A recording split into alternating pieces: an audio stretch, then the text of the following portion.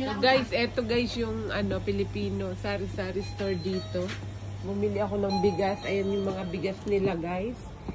Alam nyo kung magkano ang bigas dito? Ayan po ang price ng bigas ng sari-sari store. 11.99, 6.99, 17.99 yung 10 kilos. Ayan po guys, mga different na bigas po yan. So bumili ako ng isang Royal Umbrella, 10 kilos.